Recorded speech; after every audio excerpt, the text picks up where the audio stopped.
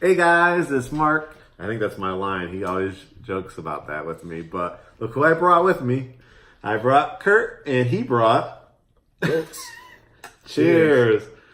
So guys, he's finally made an appearance. We're filming together, and we kind of were talking last night, and we said, how can I get you to go on camera more often? And he said, cocktails. So we were like at dinner and we were just like talking about ideas, and because we get a lot of DMs and calls and stuff, and people don't know who they're talking to, so everybody can see the difference here.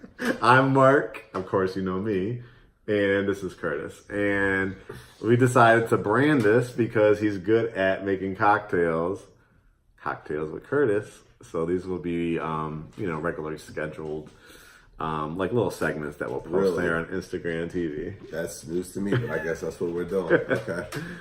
So, since Curt doesn't make too many appearances on here, one topic that we wanted to talk about, we know we have a lot of first-time home buyers out there, and kind of want Curt to share with you, and I'm just going to ask him questions along the way, about his very first experience purchasing a home, because I'm always talking about the loan process, the things that you go through, the stress involved.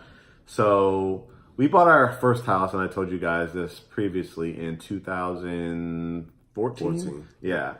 And let's talk a little bit about what happened when we even started to have that conversation about buying a house. Was it like 2012, 2013? Yeah. Right around there. So tell the people out there, our loyal followers, what was it like when you first went for the loan process? It was, one, it was intimidating. Right. Because I didn't really know. A lot of these, right? Right. I didn't really know where to even begin. So I think the first bit was just wrapping my head around, the pre-approval process, what that even meant, what I needed to do.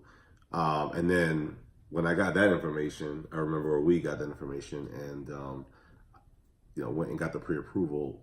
My credit was a huge issue. Yeah, because I talked to you guys about this before. Like you heard, in 2014, I went through a layoff.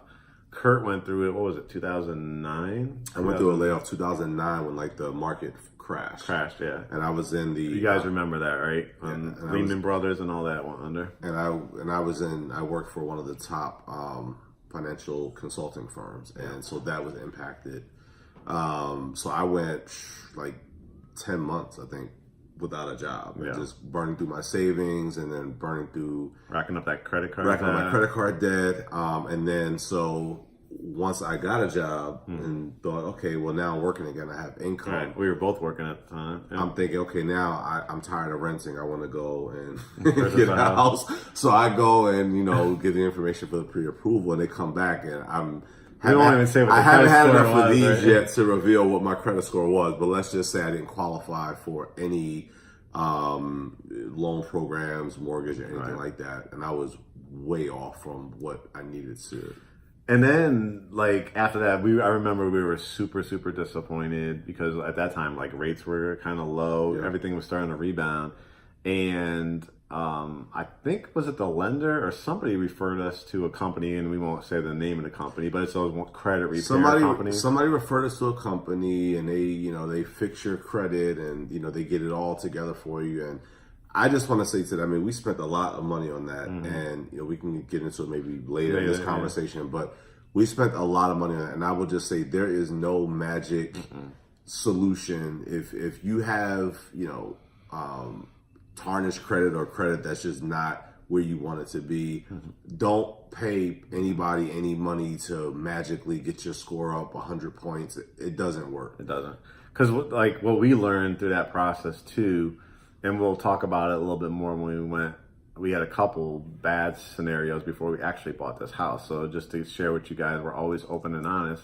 We're a family, and that's why people really follow us, because we like to share our, some of the details of what it's like going through the home buying process. But I remember they would send out a letter, and then it would basically be put in dispute, Yeah. but it doesn't go away. It temporarily raises your Right, credit score. and yeah, so what happened was, and actually everything that someone says they can do for you that they charge you for, you can do it yourself. Right. So I just want to put that out there. Right. But essentially, what they did was they put enough of the accounts on your or on my credit report in dispute. So what happens is when you have something in dispute on your credit report, until that dispute is resolved, it doesn't compute against your score. So let's just say you have somebody out there and they're disputing 5, negative Things on accounts on your credit report.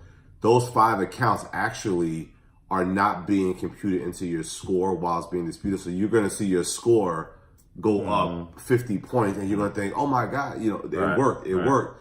And then I remember what ended up happening go was through the underwriting process. We actually went under. It's funny because the house we live in, and you guys saw earlier in the week, we got the landscaping done to the house, and shout out to Joshua who did it. Hey Josh. And but this wasn't the first house we actually put an offer in, right? It was in Smyrna, Georgia. Yep. And I was telling you guys about great relationships we have with lenders and why it's so important. We'll get a little bit more into that in the next video probably, but I think what you're about to get into is like, we got technically it wasn't a pre-approval, it was pre-qualified, and we could talk a little bit about that. And I talked about it in other videos. Pre-qualified pretty much is you saying what you make and all that kind of stuff. They do pull your credit, but they don't really go deep into details of what will be an issue in underwriting. It's not until you go through a pre-approval. Well, we had already gone under contract for that house in Smyrna, and then tell them a little bit about that nightmare and why that whole credit repair is not always the answer. So what ended up happening was, going back to what I was saying, all of those accounts that I had in dispute that were not computing into my score, they made my score go to like a 720. Yeah, it was good. So at the time we went for the pre-approval, my score was, wow, like I'm more than qualified. So once they got into underwriting, when they pull the credit report, they're able to see, the lenders are able to see different information than what you see as the actual owner of the report. Right. So they're able to see, oh, wait a minute, you have all these accounts in dispute. We can't base your credit worthiness off of this report. These disputes have to get resolved, and you have to get these comments removed. So then that became... Remember there was something on there from like a rental in New Jersey when you lived up there that had to be resolved, and you had to reach out to the property management. It was so crazy. The long story short, So long story short, once I did resolve the disputes or what was in dispute, the lender then did what was called a rapid rescore. And the rapid rescore basically is if you call a creditor and you get something resolved, and the lender, I think it's for an extra fee, but they can run your credit in real time and get what that impact or that change is from whatever it was that you may have resolved. So in this case, once I had resolved all of the disputed issues, they did a rapid rescore, and my score dropped like 75 points in the middle. That's crazy about it. In the middle, we were under contract. You're under contract, yeah. So it became a nightmare because I don't think we qualified, so I had to pay off something else. They wanted you to refinance your car like after we'd already extended the closing date. It was a nightmare. But the bottom line, before this video cuts out, because we'll talk a little bit more about it, but we actually had to have the contract terminated, and we lost our earnest money. So it was like devastating, a shock. It was also a learning experience. And one of the reasons why we wanted to start our own real estate team, because we went through what normal people, everyday people go through. The questions that we get all the time about credit and, if I'm ready or not. This is just an example right here. Here we are, real estate agents and successful ones, and we still went through it. And through that, we're able to share information like this. So before this next video cuts out, we're going to start another one, part 2, and we'll get into a little bit about buying this house and what was different about that process. Sound good? It worked for me. More cocktails? More cocktails. All right. See you part 2.